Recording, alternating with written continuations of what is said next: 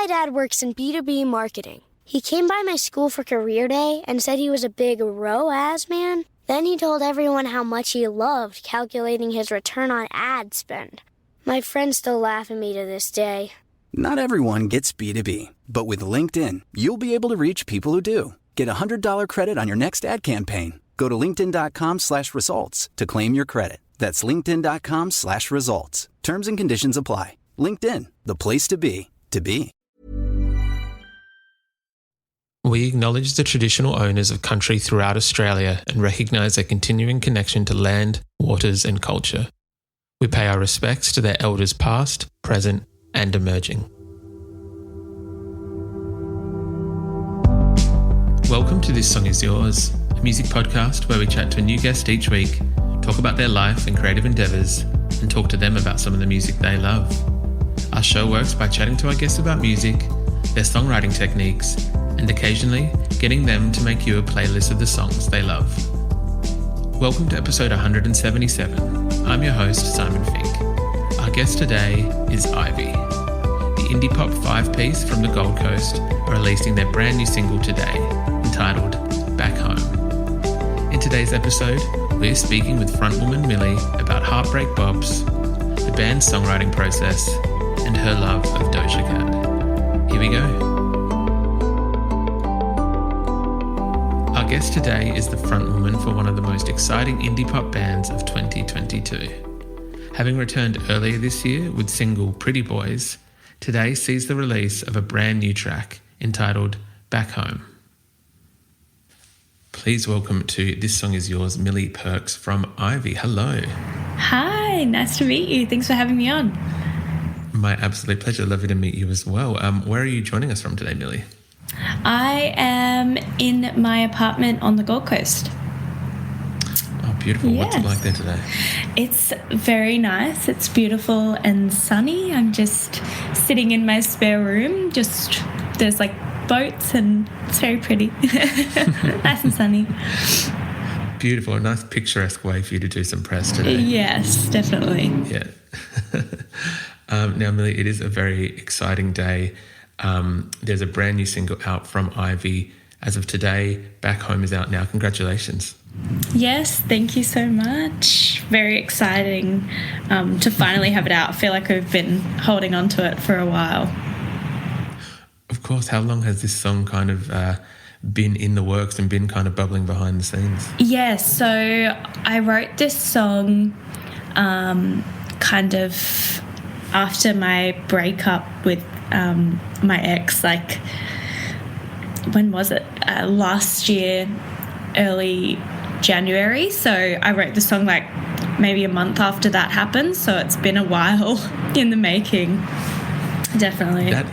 That's a fair amount of time. It's been a long time. I feel like it has been worth it, though. I feel that there are elements of this track it is a breakup track, as you mentioned. It does come across as one of those, Robin is extremely good at it. I think Carly Rae Jepsen is very good at it, and I'm going to include Ivey in that list as well, of like heartbreak bangers I'm probably too old to say the word bop, but heartbreak bops, if you will. Yeah, definitely is a heartbreak bop. I wanted to, at the time I was listening to a lot of depressing, like, pop music that was like super happy, but when you listen to the lyrics, it's actually super sad. So I wanted to make something that, whoever's going through the same thing that I was at the time can really relate to, because that helped me through my breakup so much.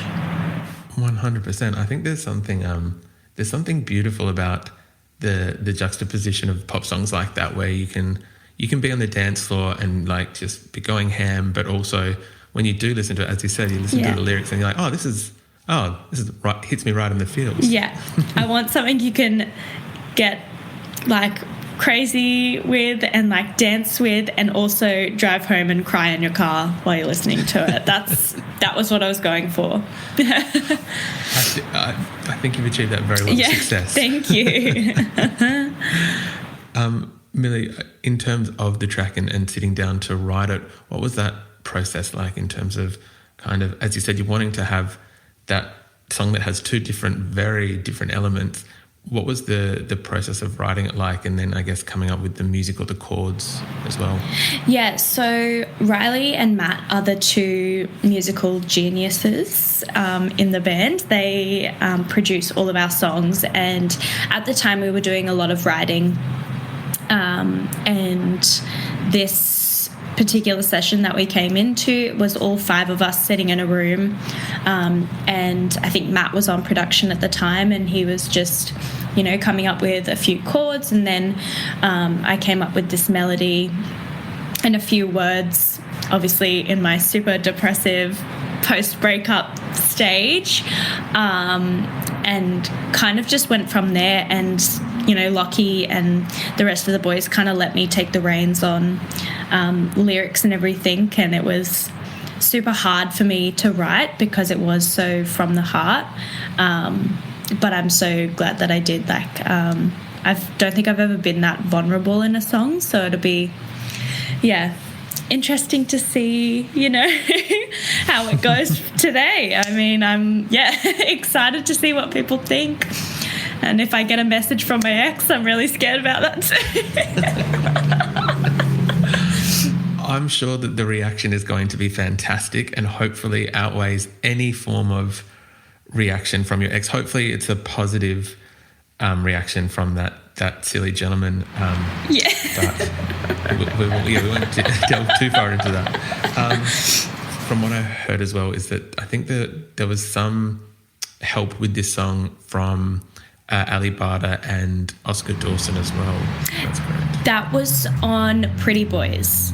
So the single we released before this one, but that was amazing as well. Like that song also, I think that song and Back Home really goes hand in hand. Like Back Home's definitely the like breakup song, and then Pretty Boys, I listened to Pretty Boys, you know, before it was released to help me get through my breakup. Like, you know, post breakup you're like, fuck it, I'm I'm like just gonna have fun, be single. So I think it's like a nice, which is what we wanted to kind of do with these songs, like tell a story a little bit, and so you can listen to them flowing through, you know, from when you break up to, all right, I'm okay again, I'm just going to be myself. And I think they really flow really nicely together. I would agree with that. I think both the singles that you've released this year kind of do complement each other quite well. And I know that the last body of work that we got from Ivy was in 2020. And obviously this does beg the question that I imagine some people will have after hearing two singles is, can we expect another fuller body of work this year? Can we expect maybe an EP or an album this year? I am unsure if I'm allowed to say, but definitely something after this. It's definitely not just the two songs. That's very exciting. I won't push, and we don't want to anger the powers that be, so I will leave that alone. I actually have no idea. I don't know if I'm allowed to. I just don't want to get in trouble from the boys. They were like... No, of course. Now, as you mentioned, it is yourself and the boys in Ivy. And I know that you mentioned the guys before in terms of being musical masterminds. Is the songwriting process each time pretty similar, or does it kind of vary? Does it come across that you might approach them with lyrics, they might come to you with a melody, or what is that process kind of like? It's kind of always different. I suppose we go through different stages where we'll all be in a room together and write that way, and the boys will start with, so Matt and Riley, like I said, are on production. They will kind of start with some chords, things like that. Lockie and I will come up with some melodies, then kind of split off into two different groups. And we'll just have a loop on the phone. Lockie and I will like come up with some lyrics, melody, while the boys are doing some extra production, then come back together and go from there, see what the vibes are, is how we've been doing it at the moment. But like Lockie does a lot of writing on his own. I would love to be able to, but I don't know, I struggle on my own to write, so it's good to have the boys there, you know, and we kind of work on different things together. It's always changing how we do it. Of course, it evolves the further you get into it, if you will. Definitely. Has the band always has it always been? I know, as we just said, it's always ever evolving. What was, I guess, the origins of the band? Like, when Ivy started, was it that the four of you, five of you were going to set out to make music, or that someone just kind of had it as a hobby, or I guess, what is the origin story of Ivy? Yeah, so it started off, I was 12 when I first joined the band, but the boys were kind of playing together from a very young age because Matt and Lockie are brothers, and then Dante, the bass player, is their neighbour.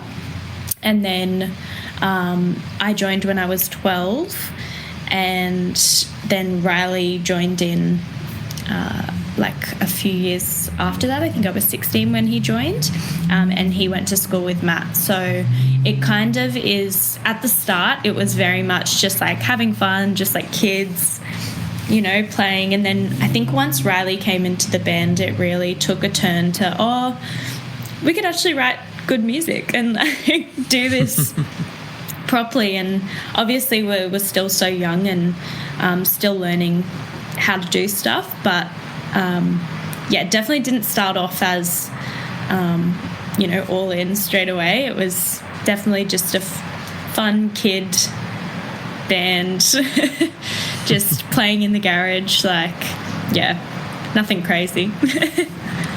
I think that even you guys are still very young, both as a band and just as your ages. You're still in the early stages of your career, but have already done so much already. You've supported some incredible artists. I know you've played at a numerous amount of festivals. Have you found that being able to do this at such a good age, I would say, not young, because I feel like it almost sounds like it discredits you for the work that you've done, and it shouldn't, because the work that you guys have done so far is great. But have you found that...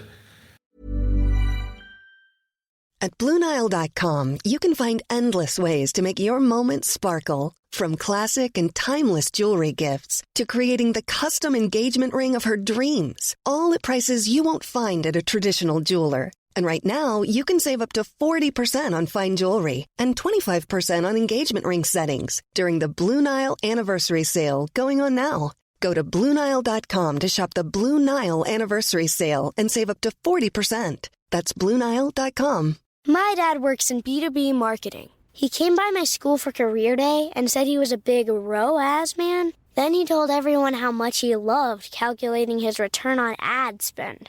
My friends still laugh at me to this day. Not everyone gets B2B, but with LinkedIn, you'll be able to reach people who do. Get a $100 credit on your next ad campaign. Go to linkedin.com/results to claim your credit. That's linkedin.com/results. Terms and conditions apply. LinkedIn, the place to be, to be. So far, the success that you've seen leads you to kind of want to keep working on the band and push it and kind of continue to take those next steps to progress? Yeah, definitely. I mean, we often have like business meetings, I guess, and, you know, just kind of check in with each other and see where we're all at. And Lockie manages us as well, so he chats with our label and things like that, and then comes back and says, okay, this is what they're thinking, this is what I'm thinking, whereas everyone still wants to do this, everyone want to push forward and stuff. And so far everyone's been super keen. I know I am super keen. I think every time we play a show or release a song, it pushes us even further to go, yes, let's do this, or let's push even harder than we have. But I feel like on that constant grind at the moment, which it feels like. I can very much appreciate that. I feel like it is, whenever you're in a band, it is like always kind of that constant grind is probably a perfect way to word it, but it always does have its payoff, and I imagine that you guys will continue to see that success as you go through. Yeah. Millie, I know that you've got some tour dates, I think festival dates in September, in Queensland. Yes. Firstly, what can people expect of the live return of Ivey and these shows? I think we've always took such pride in our live show. We've always, really put a lot of effort into them. So nothing short of amazing, I guess, I think is what... I don't know, but... I love the confidence. Yeah. Well, we've got so many... All the boys are, amazing at, creative music, and, even Matt's amazing at, musical direction for live shows. So with him and my creativity and Lockie's, managerial skills, it's, ends up being an amazing live show. That's very, very cool. I am curious, and again, we won't poke the bear too much in terms of undisclosed news. Yeah. But as I mentioned, those dates are in Queensland. Can we possibly expect to see the band around the country at some point in the year? Yes, I think we are probably going to try and get around, which is super exciting. We're going to try and take it around Australia once a few more songs sort of come out, and definitely going to try and hop on some summer festivals and things like that. So hopefully that takes us around as well. Beautiful. That is very, very exciting, and I know a lot of people are looking forward to that. Yes, I am. I'm excited about it. Millie, would you be happy to talk about the playlist that you sent through for us? Sure.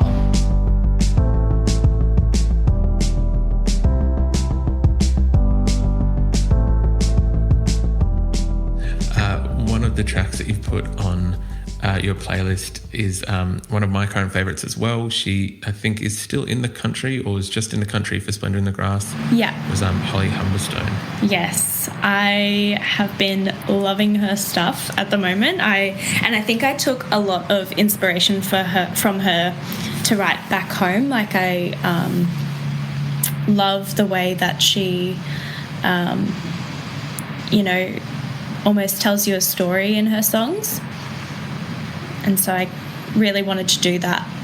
And I think she's also amazing at capturing that fun vibe, but when you listen to the lyrics, it's super sad. I would 100% agree with that. What track is it? The Walls Are Caving In, that song. Similar kind of vibe. Very upbeat and poppy, but the lyrics you listen, you're like, oh, this is concerning. Yeah. Are you okay? Deep okay. Yeah.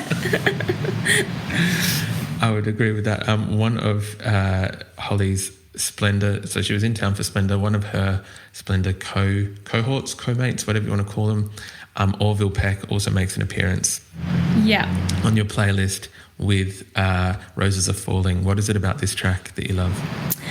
I love that it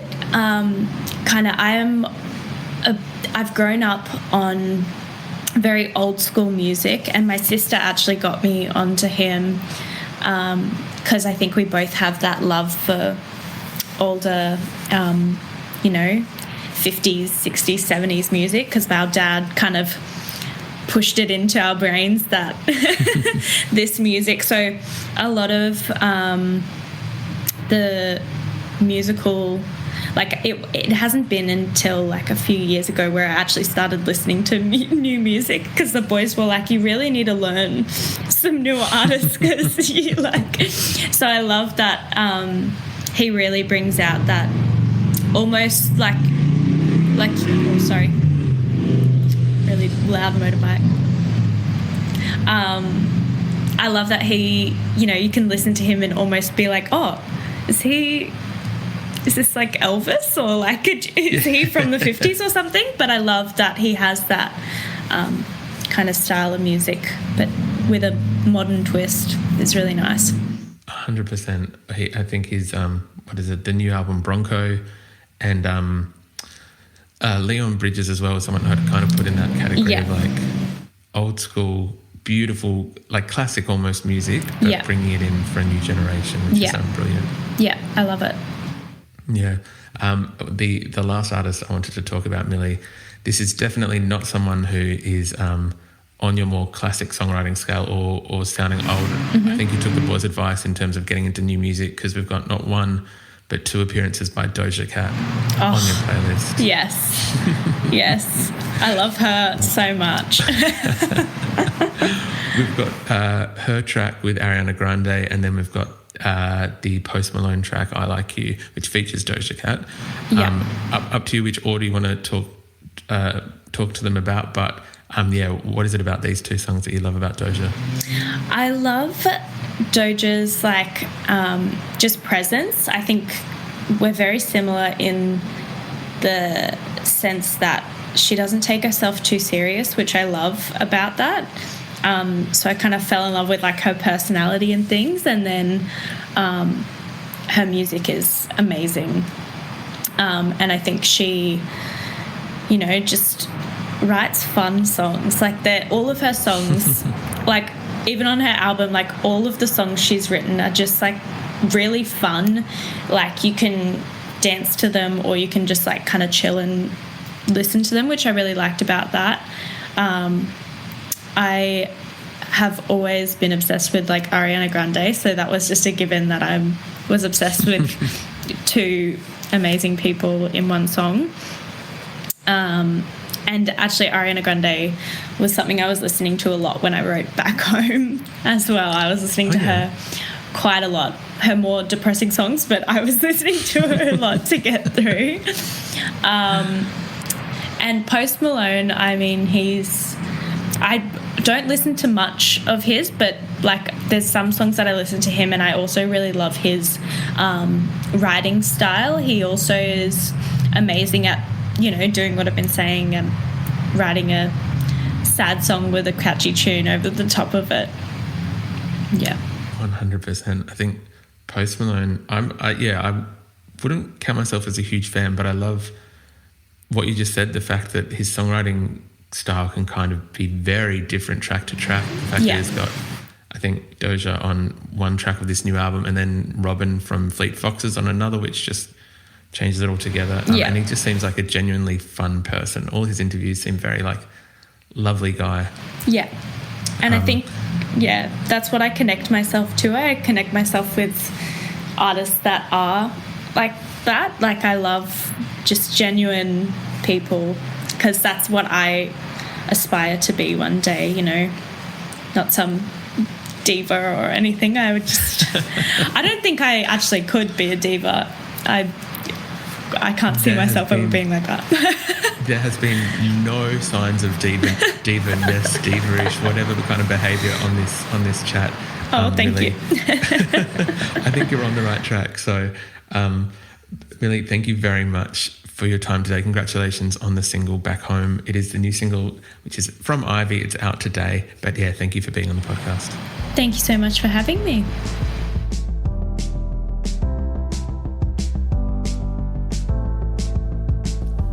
And that's our show. A massive thank you to Millie Perks and Ivy for their time. Back Home is out now, and we've left links in the show notes if you'd like to stream the single. We also want to give a huge shout out to Rhiannon at Positive Feedback for helping out with today's interview. If you like this show, please subscribe wherever you get your pods and stay up to date when new episodes are released. We release new shows each Wednesday and Friday morning, and we now have a Patreon, which you can find within the show notes of this episode.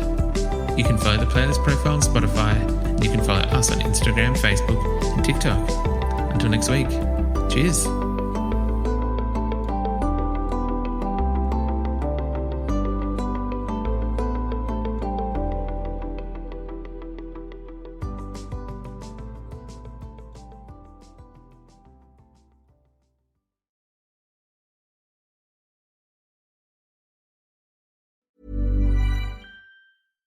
This podcast is brought to you by eHarmony, the dating app to find someone you can be yourself with.